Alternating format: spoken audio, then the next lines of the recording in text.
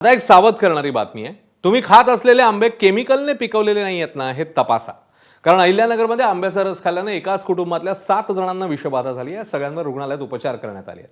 यातील 6 जणांना डिस्चार्ज आहेत, एकावर अजूनही उपचार सुरू आहेत. या जायभाय कुटुंबाने जो आंब्याचा रस खाल्ला तो कॅल्शियम कार्बाईडचा वापर करून पिकवल्याची शक्यता डॉक्टरांनी वर्तवली. कॅल्शियम कार्बाईड ओलाव्याच्या संपर्कात आल्यावर एसिटिलीन नावाचा वायू सोडतो, जो माणसासाठी घातक आहे. त्यामुळे आंबे खाताना योग्य ती काळजी घेण्याचं गरजेचं आहे.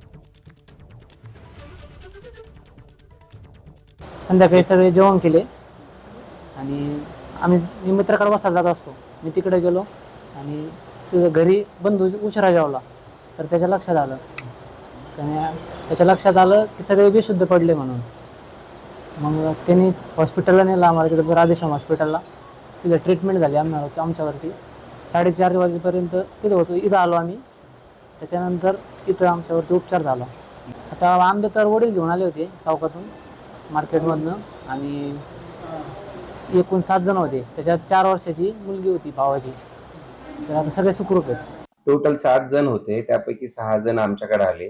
ते ज्यावेळेस इथे आले होते त्यावेळेस ते थोडंसं बेशुद्ध अवस्थेकडे होते. त्यांना डिसओरिएंटेड होते आणि त्यांना काहीच कळत नव्हतं. आणि त्याच्यानंतर ते इथे ॲडमिट झाल्यानंतर एक 24 तासानंतर आम्ही त्यांना आउट ऑफ डेंजर आणलं आणि एक 2-3 दिवसानंतर ते डिस्चार्ज झाले.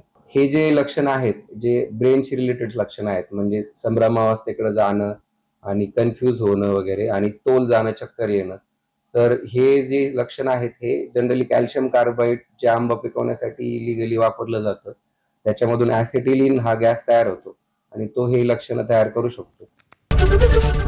एबीपी माझा, उघडा डोळे बघा नीट.